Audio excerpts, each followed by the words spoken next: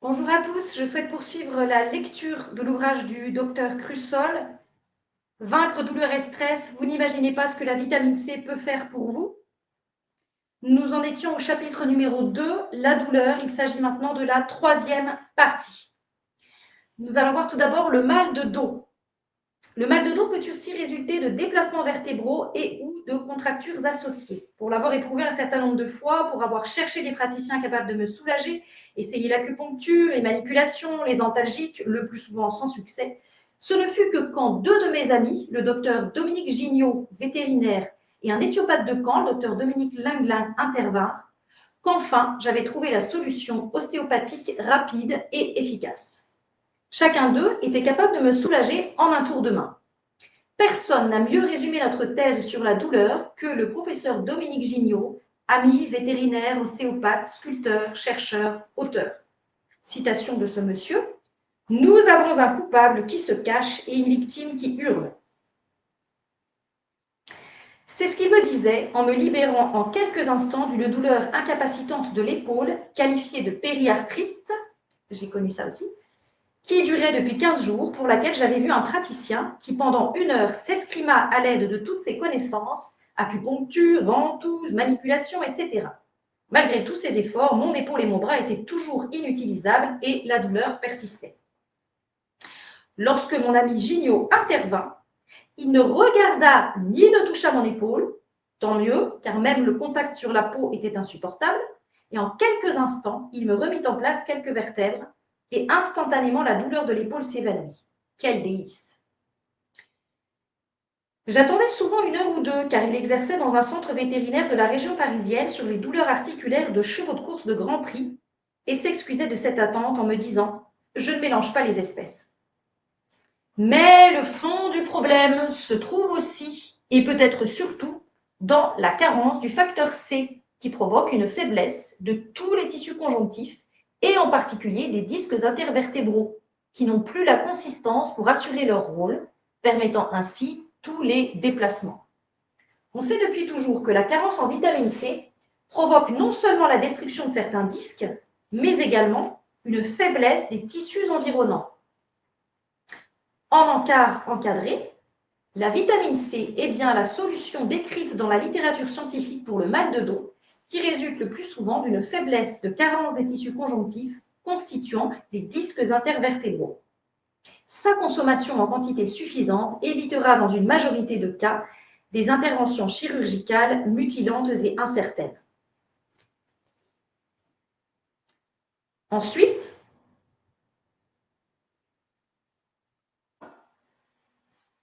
algies faciales essentielles. Dans le cadre des douleurs épouvantables qui sont tellement intenses que le malade souhaite la mort, nous avons les algies faciales essentielles. Les solutions antalgiques sont d'autant moins performantes que la victime ne peut ni prédire ni prévoir l'apparition de la décharge douloureuse. Le plus désespérant pour la victime est que la médecine n'a aucune solution autre que la chirurgie ou l'alcoolisation des nerfs, toutes deux dévastatrices. L'une et l'autre de ces solutions entraînent des dégâts irréversibles, paralysie du nerf facial et défiguration définitive. Le pire est que souvent, la douleur réapparaît. Des praticiens américains, dont le chef de file est le docteur Boucault, ont montré qu'il existe des zones osseuses contaminées, souvent des zones anciennes d'extraction qui peuvent être à l'origine de ces douleurs. En fait, 75% de ces algies disparaissent définitivement après l'éviction de l'os contaminé. Heureusement, malgré le fait que la grande majorité des praticiens ignorent les règles de la chirurgie osseuse moderne, tous les sites d'extraction ne deviennent pas des cavitations. La vitamine C joue évidemment un rôle important dans le succès de ces interventions. Point suivant dans la douleur, rhumatisme, polyarthrite rhumatoïde, rhumatisme articulaire aigu. La douleur y est aiguë, chronique, invalidante selon les circonstances. Le thérapeute devra dans un premier temps en rechercher l'origine. Un rhumatisme articulaire aigu apparu immédiatement après un empoisonnement alimentaire scolaire, plusieurs victimes, a répondu spectaculairement à la prise de vitamine C par voie orale. L'enfant, d'abord pris en charge dans un service hospitalier, avait subi tellement d'examens et de tests qu'il ne supportait plus la seule vue d'une blouse blanche. Par ailleurs, son état, loin de s'améliorer, s'aggravait et ses douleurs également. Sa maman commença alors à lui donner par voie buccale de la vitamine C salt et tous les symptômes disparurent rapidement. Citation d'un docteur.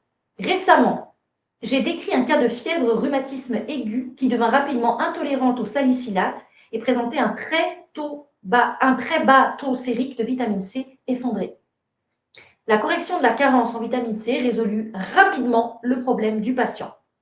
Ce docteur est Louis Spellner, Associate Physician, Greenpoint Hospital and Brooklyn Cancer Hospitals, gastroscopiste, Beth Moses Hospital, Brooklyn, New York. Origine dentaire, si étrange que cela puisse paraître.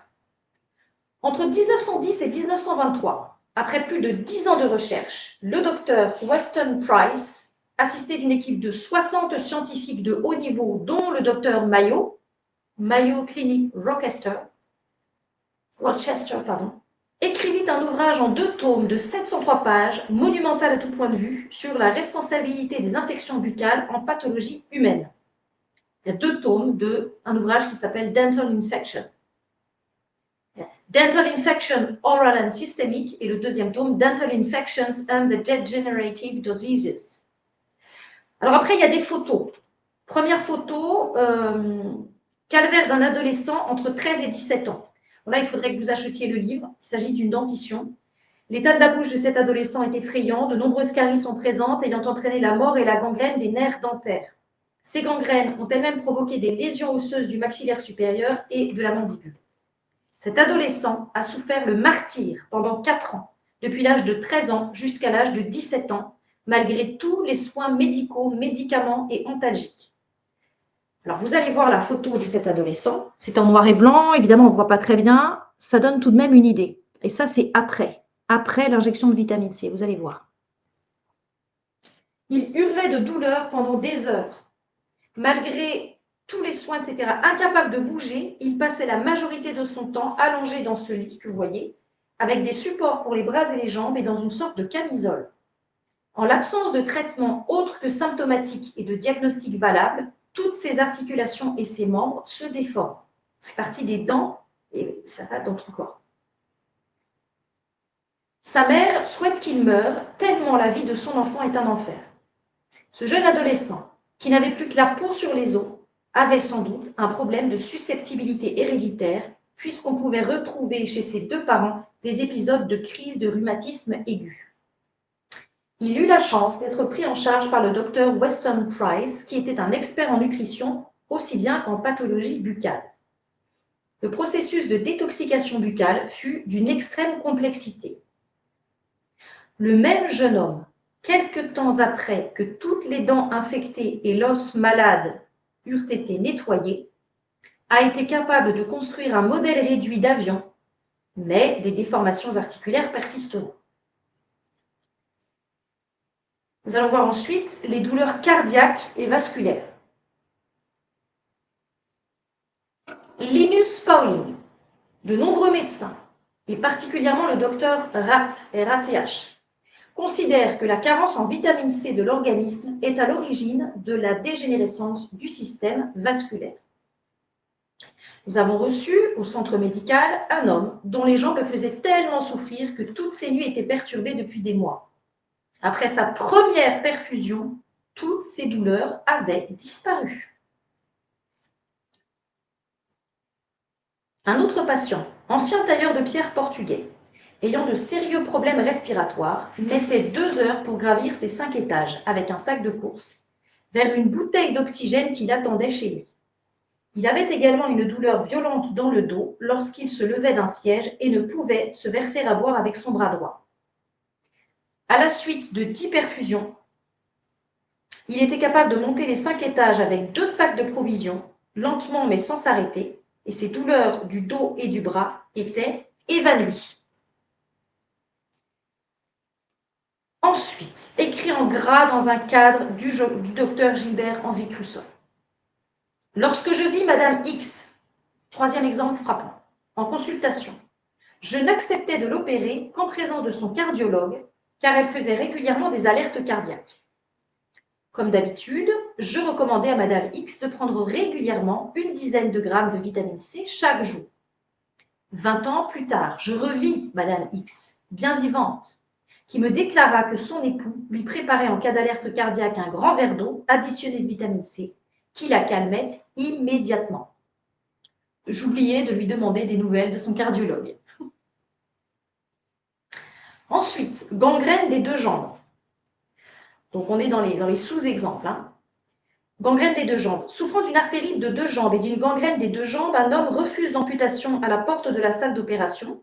Il se fait conduire en ambulance à l'aéroport où il prend un avion en direction du grand centre de chélation de Kansas City chez le docteur McDonagh. Il y arrive sans avoir prévenu, sans rendez-vous. Les médecins qui l'examinent sont épouvantés. Ils sont en présence d'une gangrène de deux jambes. Confrontés à une double contrainte, ils savent que leur responsabilité est d'ores et déjà engagée par la demande d'admission du patient. Le pronostic vital étant en jeu, ils hésitent tout d'abord à prendre en charge le patient. Puis, ils hésitent à utiliser le protocole de chélation au complet. Et finalement, optent pour la sécurité, c'est-à-dire des perfusions de vitamine C. Lorsque, sur mon invitation, le professeur Tcheraskin est arrivé à Paris pour faire un cours de 2 jours devant 150 praticiens, la première chose qu'il m'a dit en descendant de l'avion et à propos de ce patient, en 3 jours, ses orteils étaient devenus roses. Professeur émérite Tcheraskin, communication personnelle. Si tout ça, ce n'est pas des preuves, je ne sais pas, mais... Ensuite, douleur d'escarre. Une escarre est une plaie profonde des tissus mous d'origine ischémique causée par une insuffisance d'irrigation sanguine des tissus pouvant entraîner à terme leur nécrose. Elle se produit en particulier chez les personnes âgées ou chez les malades alités sur une longue durée, ne pouvant se déplacer et peut être extrêmement douloureuse et en particulier au moment des soins. Lorsqu'une patiente me parla du calvaire de sa tante, alitée depuis plusieurs mois et souffrant d'une escarre d'une trentaine de centimètres de diamètre sur le dos, je lui rappelais que l'alimentation des personnes âgées, institutionnalisées ou non, générait des carences, et en particulier de sévères carences de vitamine C. Sa nièce lui fit boire chaque jour, pendant 3 ou 4 jours, un verre d'eau additionné de 2 ou 3 grammes de vitamine C. 4 jours plus tard, ses douleurs avaient totalement disparu, et 12 jours plus tard, l'escarre était presque totalement cicatrisée. 3 points de suspension. Ensuite, ces hémorroïdes qui vous martyrisent. Il y a quelques années, dans le cadre d'un reportage, j'eus l'occasion de transporter un journaliste dans ma voiture sur quelques dizaines de kilomètres. Je suis dotée d'une excellente vision et d'un champ de vision excédant les 180 degrés. C'est un avantage pour conduire, mais rien de ce que fait mon passager ne m'échappe. Et je vis celui-ci se maintenir en suspension au-dessus du siège à l'aide de ses 2 bras. Je ne résistais pas et lui demandai pourquoi il ne profitait pas du confort du siège. Il me répondit que de volumineuses hémorroïdes le faisaient tellement souffrir qu'il lui était impossible de s'asseoir sur un siège de voiture. Fumeur invétéré et décidé à le rester, il avait massacré son système vasculaire et détruit toute vitamine C dans son organisme. Quelle punition, quelle douleur, quel inconfort! Dans mon expérience, ceux qui ont des hémorroïdes peuvent les voir disparaître tranquillement s'ils prennent régulièrement des quantités de vitamine C adaptées à leur mode de vie et à leur physiologie. L'abandon des mauvaises habitudes est souhaitable. D'après les spécialistes, entre 3 et 15 grammes par jour par voie buccale. La chirurgie des hémorroïdes sur un système vasculaire carencé n'est certainement pas une bonne solution pour le patient. Je peux témoigner pour ma part que j'avais de l'arthrose, ça vous parlait des douleurs articulaires, de l'arthrose à la trentaine, arthrose avérée par médecin. Je n'en ai plus depuis que je consomme le produit Proanthenols, qui est un des apports les plus puissants. Ce sont de véritables OPC d'origine du professeur Masquelier. Depuis que je prends ce complément, je n'ai plus de problème d'arthrose. Deuxième problème que j'avais, un problème de circulation aiguë qui faisait que j'avais les jambes lourdes et vraiment des jambes très douloureuses à chaque été. depuis que j'ai pris ce produit Proanthenols et le vitamine C+, qui renforce la synergie mutuelle, je n'ai plus jamais de problème de chaleur à ce point-là. Il reste une fragilité de circulation, mais je sais que le meilleur acteur pour améliorer ma circulation sanguine, et particulièrement dans les jambes, c'est la vitamine C. Non seulement cela, mais elle a régénéré mes tissus et au niveau du retour veineux et de l'apparence des veines sur mes jambes, ça va presque mieux qu'il y a 10 ans. Et il faut noter que j'ai quand même 44 ans, donc c'est un âge où on n'a plus ces jambes de 20 ans, quoi. Donc non, je peux témoigner moi-même de ce que la vitamine C fonctionne. J'en prends entre 5 et 10 grammes par jour. J'y suis allée progressivement parce que je ne connaissais pas tout cela il y a encore 5 ans. Mais aujourd'hui, je prends 10 grammes par jour. Et ça me réussit. Ensuite, je referme la parenthèse, je reviens au livre. Douleur chez les bébés. Si certains le nient encore, il ne fait aucun doute que les bébés souffrent. Ils souffrent déjà dans le ventre de leur mère lorsque celle-ci s'alimente mal, fume et boit de l'alcool. Ils souffrent lorsque leur maman souffre ou est écrasée par le stress. Ils souffrent à la naissance lorsque les tissus maternels manquent de souplesse lors de l'accouchement et que le travail dure si longtemps qu'une anesthésie avec un produit qui n'a rien d'innocent ou de naturel intervient. Ils vont souffrir lorsque déjà hypoascorbémiques, on va leur infliger des produits non testés et illégaux. Ces êtres innocents signalent leur souffrance quand ils ont faim, si leurs couches sont souillées, de la seule manière qu'ils connaissent, les cris. Ces cris que tous les parents acceptent et auxquels ils répondent et qui cessent lorsque les raisons sont identifiées et les causes corrigées. Le docteur Kalokerinos, après avoir vu mourir dans son dispensaire un enfant sur 2 pendant 9 ans, est passé de la plus forte mortalité au monde à la mortalité 0, du jour au lendemain. Quand, désespéré, il se rendit chez un spécialiste de Sydney avec un bébé malade qui tomba dans le coma dans l'avion. Le spécialiste déclara d'emblée « c'est un scorbut » et fit une injection intramusculaire de quelques grammes de vitamine C dans les fesses du bébé, dans le coma. Celui-ci sortit du coma 20 minutes plus tard, comme s'il ne s'était rien passé. Les docteurs Archie Kalokerinos et Glenn Detman ont fait, aux USA, une tournée de conférences dénonçant la responsabilité des pipiques dans l'anoscorbémie et la mort du nouveau-né. Ils ont montré que la correction de celle-ci avec la vitamine C était la procédure de choix pour sauver les petites victimes.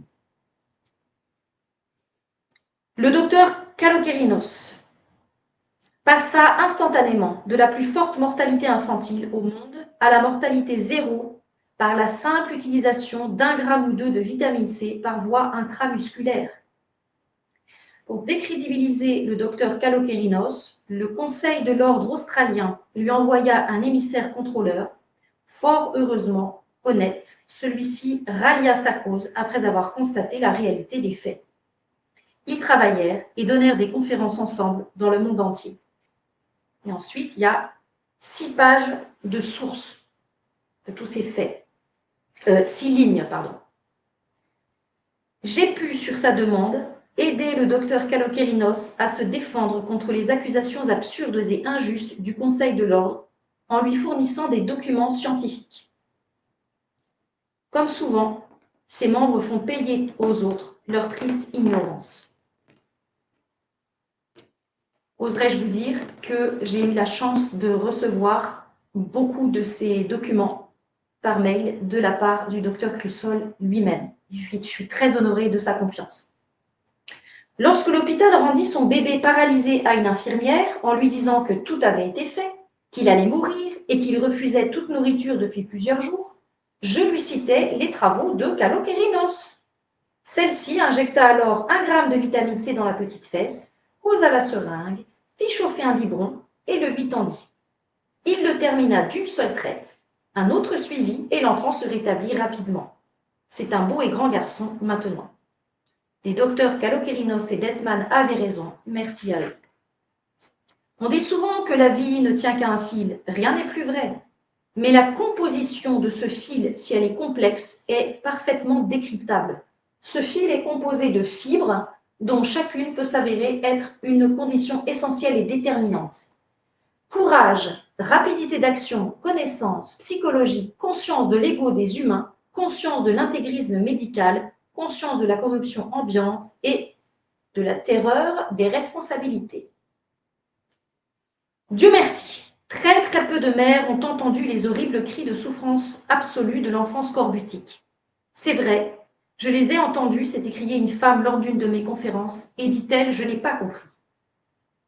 Malheureusement, ni les parents, ni les médecins qui, en toute ignorance, ont injecté à l'enfant un vaccin, mélange de produits destinés à les protéger de toutes les maladies, ne pouvaient l'imaginer. Qui pourrait le soupçonner? N'avons-nous pas la meilleure médecine du monde? Point d'interrogation, de point d'exclamation. Ces hurlements permanents empêchent les parents de dormir. La petite victime est regardée comme odieuse. Le médecin prescrira peut-être alors un suppositoire de calmant, bien connu en médecine légale comme potentiellement létal. Mais l'enfant peut aussi, tout simplement, mourir du scorbut. Si l'innocente petite victime de l'ignorance et de la corruption humaine meurt, les parents seront seuls accusés d'infanticide, car les symptômes de la maltraitance sont très proches de ceux de la maltraitance et du scorbut iatrogène. Protéger une brillante et généreuse industrie est le mot d'ordre dans les cours de justice. Même les avocats des parents font la sourde oreille aux informations et justes explications. Un ami policier m'a avoué qu'il était impossible de mener une enquête dans un hôpital. Parce que les hôpitaux sont les lieux les plus dangereux du monde pour la vie humaine. Le patient doit tout faire pour ne jamais y avoir recours. Il n'est pas inexact de dire qu'il n'y a aucune chance de gagner un procès contre le monde de la santé. Entre parenthèses, secret médical. C'est un médecin qui dit tout cela et qui a été soutenu par tous les médecins qu'il y a en photo sur ce livre et qui sont cités dans ce livre et dont les ouvrages également sont cités, et qui sont tous des prix Nobel, des chirurgiens, des gens qui ont fait leurs preuves dans leur domaine. En 1974, le docteur Robert Reisinger fit une conférence à un congrès international sur la mort inexpliquée des nourrissons, au cours de laquelle il cita plusieurs auteurs ayant déterminé une prédominance de mort chez les enfants n'ayant pas été nourris au sein. Nous arrivons aux douleurs de l'accouchement. C'est peut-être dans ce domaine, et une fois encore, la seule réponse à la douleur est l'anesthésie péridurale ou générale, que la correction et l'apport en vitamine C sont indispensables. D'autant plus que la grossesse, les anesthésies, les tests d'hiver vont aggraver l'hypoascorbémie. Lors de la grossesse, la maman est littéralement vidée par le bébé qui est prioritaire. L'alimentation de la mère et son mode de vie sont hélas trop souvent peu modifiés pendant la grossesse. Une mère qui fume va souvent continuer malgré toutes les remarques justifiées qui lui sont faites. Les douleurs de l'accouchement sont les douleurs de compression, d'étirement et enfin de contracture musculaire. La carence en vitamine C va rendre les tissus qui sont normalement souples et flexibles incapables de se distendre convenablement. Il en sera de même du bébé, dont la souplesse est aussi sollicitée lors de la naissance. Par ailleurs, des tissus convenablement alimentés en vitamine C ont une tolérance très élevée au stress physique. Un organisme saturé en vitamine C présente une forte élévation de son seuil de la douleur. Suite un exemple, grossesse et enfantement, Dr Kleiner, USA. C'est une citation de ce Dr Kleiner. L'étude qui porta sur plus de 300 cas obstétricaux successifs et sur la complémentation en vitamine C par voie buccale m'a convaincu de ne pas utiliser cette substance en quantité suffisante durant... Non, m'a convaincu que ne pas utiliser cette substance en quantité suffisante durant la grossesse frisait la fraude professionnelle grave. La plus faible quantité de vitamine C utilisée fut de 4 grammes et la plus élevée de 15 grammes par jour. Souvenons-nous, un rat non stressé fabrique chaque jour l'équivalent humain de 4 grammes de vitamine C et plus de 15 grammes s'il est stressé. Un rat, c'est comme ça. Donc, quand on vous dit pas plus d'1 gramme par jour, les quantités étaient 4 grammes journaliers le premier trimestre, 6 grammes le second et 10 grammes le dernier trimestre. 80% de cette série reçurent une charge d'appoint de 10 grammes par voie intraveineuse lors de l'admission à l'hôpital. Les taux d'hémoglobine étaient beaucoup plus faciles à stabiliser. L'apparition de crampes aux jambes fut inférieure à 3% et toujours associée à l'arrêt de la prise de vitamine C. Toujours associée à l'arrêt de la prise de vitamine C. Les vergetures, mesdames, les vergetures étaient rarement présentes et toujours associées avec un excès de nourriture et un manque d'exercice. Marche. Il n'y eut aucune hémorragie postpartum. Le périnée fut remarquablement élastique et une épisiotomie rarement effectuée. On est sur une étude sur 300 accouchements, plus de 300 cas obstétricaux. La cicatrisation s'est toujours produite par première intention. Et même 15 à 20 ans après le premier enfant, la robustesse du périnée était semblable à celle d'une primipare chez celles qui avaient continué leur complémentation quotidienne en vitamine C. Aucune patiente n'a requis de cathétérisation. Aucun épisode toxique ne survint dans cette série. Il n'y eut aucun stress cardiaque, en dépit du fait que 22 patientes de cette série avaient des cœurs rhumatismaux. Une patiente en particulier fut suivie par nos soins pour 2 grossesses sans aucune complication. Cette patiente avait été mise en garde par un précédent obstétricien qu'une seconde grossesse se terminerait par le décès de la mère. Elle n'avait bien sûr reçu aucune vitamine C durant sa première grossesse. Cette femme, qui a enseigné dans une école durant les 10 dernières années, prend toujours 10 grammes de vitamine C chaque jour. Tous les enfants nés sous forte complémentation de vitamine C sont robustes. Pas un seul n'a nécessité de réanimation. Aucune difficulté d'alimentation ne s'est présentée. Les quadruplés Fultz se trouvaient dans cette série. Il fut possible de les nourrir avec du lait dès le jour suivant leur naissance. Ces bébés reçurent 50 mg de vitamine C le premier jour, quantité qui fut augmentée au fur et à mesure. Ces quadruplés furent les seuls à avoir survécu dans le sud-est des USA. Un autre cas dont je suis fière est celui d'une famille où je mis au jour 10 enfants. Tous sont en parfaite santé et superbes. Il n'y eut aucune fausse couche. Tous ces enfants de cette série sont appelés les enfants vitamine C, après avoir été appelés bébés vitamine C par les infirmières. Alors, nous en arrivons aux souffrances psychiques, aux douleurs psychiques ou à la violence physique. Les interventions violentes inutiles. Lorsque le chirurgien dentiste de l'un de mes amis médecins, âgé de 85 ans, découvrit une dent de sagesse tranquillement incluse depuis bien longtemps dans l'os mandibulaire, il décida de son extraction immédiate. Les suites opératoires furent telles que cet homme âgé souffrit épouvantablement, au point de mettre sa vie en danger. Mais ce ne fut pas tout. Après des extractions multiples, il fut laissé sans dents et sans appareil durant des mois, avec une seule et unique incisive au maxillaire supérieur. Mais même les personnes âgées peuvent avoir envie de sourire et de manger, et écrit en très gros, quelle sauvagerie! La souffrance psychique entraîne souvent la violence physique. Je ne sais de qui est cette citation, mais je me permets d'ajouter « La violence est l'expression d'une souffrance qui n'est pas entendue ». Nous allons voir, je reprends la lecture, nous allons voir plus loin l'expérience unique d'Alexander Schaus, qui fut successivement garde du corps, policier, parole officer, savant de haut niveau, expert en détoxification des héroïnomanes avec la vitamine C. Transcription d'une partie de la conférence d'Alexander Schaus donnée à Vancouver, Canada, 2004. Citation. Alexander Schaus.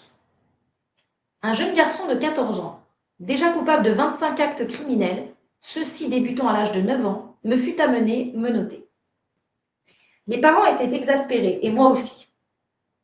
Lorsque j'ai participé à l'audience en tant que parole officer, je recommandais au tribunal de l'enfermer dans un pénitencier d'État. Son avocat dit au juge que je n'avais pas fait un très bon travail parce que les gens ne commettent pas de crimes sans raison et que peut-être il y avait un problème physique. Alors le juge me demanda: Alex, trouvez un pédiatre, faites-le examiner et revenez devant moi la semaine prochaine. J'eus beaucoup de difficultés à trouver un pédiatre acceptant d'examiner un jeune portant des menottes. Finalement, nous en trouvâmes un dans l'hôpital. Avec ce pédiatre se trouvait une généticienne pédiatre autrichienne en visite qui le fit se déshabiller et porta immédiatement le diagnostic de syndrome de Klinefelter. La généticienne vient témoigner devant la cour, admirative, que la cour ait ordonné un examen médical. Cet enfant pouvait être traité, puisqu'ayant une anomalie des organes sexuels, ses testicules n'étaient pas descendus, il avait un développement de la poitrine d'une jeune fille de son âge. Pour compenser la gêne qu'il éprouvait à présenter les attributs féminins, il se montrait plus agressif encore que les jeunes de son âge. D'autre part, pour éviter de dévoiler son apparence physique dans les vestiaires, jamais il ne pratiqua d'exercice physique. En 1990, j'étais dans un vol vers Dallas, Texas, pour assister à une conférence internationale lorsqu'un officier de l'Air Force vint à moi et me dit: « Vous êtes monsieur Schaus? Oui. Vous ne me reconnaissez pas. Je suis le petit garçon que vous avez failli expédier dans une prison fédérale et que finalement vous avez amené à l'hôpital. Vous m'avez sauvé la vie. » Il me raconta alors qu'il avait reçu un traitement hormonal, qu'on lui avait alloué une bourse pour aller à l'université et qu'il serait bientôt pilote dans les forces américaines. Le syndrome de Klinefelter. Donc, c'est une citation du docteur Nicole Morichon Del Valle, Orphanet. Le syndrome de Klinefelter est une des anomalies des chromosomes sexuels la plus fréquente, avec une prévalence de 1 pour 600 à 1 pour 700 nouveau-nés de sexe masculin. La fréquence augmente avec l'âge maternel.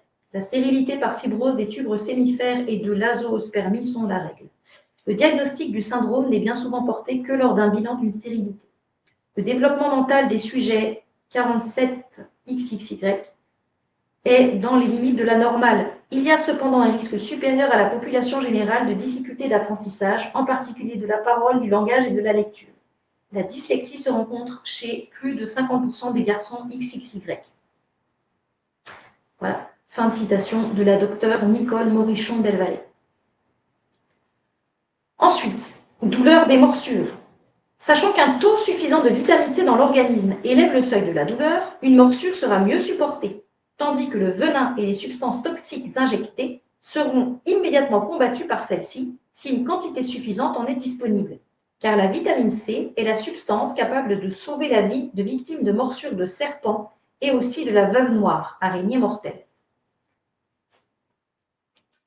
En Asie, chaque année, les serpents causent la mort d'environ 40 000 personnes. Les antivenins étant très spécifiques, la personne mordue doit absolument identifier son agresseur, ce qui est généralement impossible.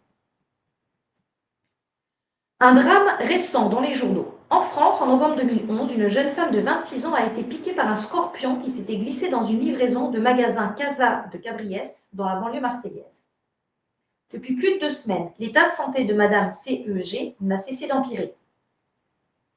Le 14 octobre 2011, cette employée d'un magasin fait une rencontre inattendue avec un scorpion, alors qu'elle étiquette des tasses en provenance de Chine. Je n'ai pas crié, je ne voulais pas que les gens autour s'affolent. Il est passé sous mon poignet, j'ai senti un gros coup de chaleur, explique-t-elle. Rapidement, la jeune femme de 26 ans est prise de vomissements, son poignet enfle, sans que les pompiers ou le centre antipoison n'arrivent à la soulager. En 20 minutes, j'ai alors perdu la sensibilité et la mobilité de la main gauche. Un quart d'heure après, c'était l'avant-bras gauche, se souvient-elle. Un choc allergique paralyse également ma cuisse gauche et provoque une photosensibilité aiguë. Aux urgences de Marseille, les gens étaient sidérés par mon accident. D'autres venaient me voir en rigolant, en disant que ce n'était pas possible. Les séjours à l'hôpital nord de Marseille se multiplient pour Madame C.E.G., victime d'un malaise 2 jours après la piqûre. La vitamine C est la seule solution restante. Elle aurait dû être utilisée immédiatement, mais personne ne m'a recontacté lorsque j'ai proposé des informations à son employeur. Selon le Parisien, l'employé est depuis victime de malaise récurrent et d'une paralysie du bras gauche. Et il y a aussi la référence complète extrêmement précise de cet exemple. Ensuite, ostéogenèse imperfecta. L'ostéogenèse imperfecta est une maladie héréditaire atroce durant laquelle des enfants multiplient dès leur naissance des fractures osseuses. Winterfeld, Eyring et Vivian du département d'orthopédie du Children's Hospital, Columbus, Ohio, donnèrent 1000 mg de vitamine C et il y eut une diminution de 75% des fractures chez les patients. Juste 1 gramme, ah oui, 1000 mg, oui, 1000 mg. Leur état de santé fut considérablement... C'est rien du tout, c'est juste 1 gramme. La puissance d'1 gramme de vitamine C. 75% des fractures diminuent chez les patients. Chez 10 patients, leur état de santé fut considérablement amélioré. Jamais, à notre connaissance, on ne donna les 10 grammes qui auraient pratiquement pu éviter toutes les fractures. Et oui, parce qu'en France, on dit 1 gramme, dose recommandée. Ensuite, maladie de Paget. Le département de biochimie de l'Université du Surrey étudia la maladie de Paget, qui est une ostéite déformante atrocement douloureuse. Les 16 sujets sélectionnés reçurent 3000 mg de vitamine C par voie orale par jour pendant 2 semaines. 3 grammes, hein, pas beaucoup. 50% des sujets présentèrent une disparition complète ou partielle de la douleur au bout de 2 semaines. Il ne semble pas que des quantités plus importantes aient été utilisées. Ensuite, scorbut et anoxie. Nous dirons, écrit en gros, hein, nous dirons que beaucoup de douleurs sont des douleurs de carence en vitamine C, de scorbut localisé accompagné d'une anoxie occasionnant des douleurs tissulaires, particulièrement dans les tissus osseux. Nous arrivons au terme de ce chapitre. Citation toujours du docteur Gilbert-Henri Crussol, l'ESACA, Spain. Les résultats exceptionnels obtenus par l'utilisation de la vitamine C pour la santé et dans le cadre de la lutte contre la douleur montrent que celle-ci n'est ni un antalgique, ni un médicament, mais seulement la substance naturelle utilisée par l'organisme pour assurer une bonne vascularisation et un bon apport d'oxygène dans les tissus et les organes. Procurer cette vitamine C en quantité suffisante à un mâle n'est pas un acte de médecine qui en ignore tout, mais un acte humanitaire. Ne pas le faire est criminel. Et dernière citation de ce chapitre.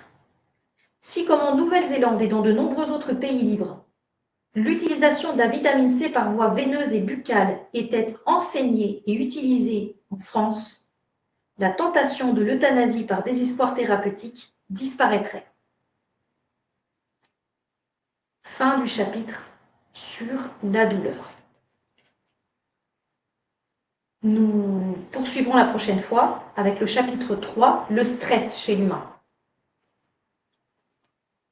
Voilà, j'espère que la lecture progressive, tranquille de ce livre vous intéresse. Sachez que je prends quelques risques en l'offrant au grand public sur ma chaîne, car évidemment, ça ne plaît pas à qui vous savez, on va dire ça comme ça. J'ai appris aujourd'hui, et je vous mettrai le lien dans la description de la vidéo, que c'est de manière inadéquate qu'on appelle la vitamine C une vitamine. Apparemment, ce n'est pas une vitamine à proprement parler. Ce n'est pas un aminé. Voilà. Mais je vous laisserai écouter la conférence que je découvre aujourd'hui, qui est tout à fait passionnante, et où il est beaucoup question aussi de Linus Pauling et du fait qu'il n'a pas plu au corps médical parce qu'il n'avait pas, c'est un chimiste, mais il n'avait pas l'étiquette de médecin. Voilà. Donc, je pense que nous touchons à un point vraiment crucial, c'est-à-dire que moi, mes conclusions, c'est que si on n'a plus rien du tout pour se soigner, s'il y a une chose qu'il faut donner en premier, c'est de la vitamine C. Et notez bien que la vitamine C contenue aujourd'hui dans des fruits, mettons par exemple 2 kiwis par jour, ne suffit absolument pas. Parce que l'homme ne la synthétise pas, et puis parce qu'en plus de tout cela, l'alimentation est terriblement carencée de nos jours. Mais cela aussi est expliqué dans la vidéo que je vais vous donner à lire. Voilà. Je vous souhaite une bonne fin de journée. Et voici Cannelle. Elle fait partie des animaux qui produisent eux-mêmes de la vitamine C. Je vous laisse. Merci beaucoup pour votre attention. N'hésitez pas à partager, en mettre des pouces, parce que c'est quelque chose d'utilité publique. Je pense que vous l'avez compris.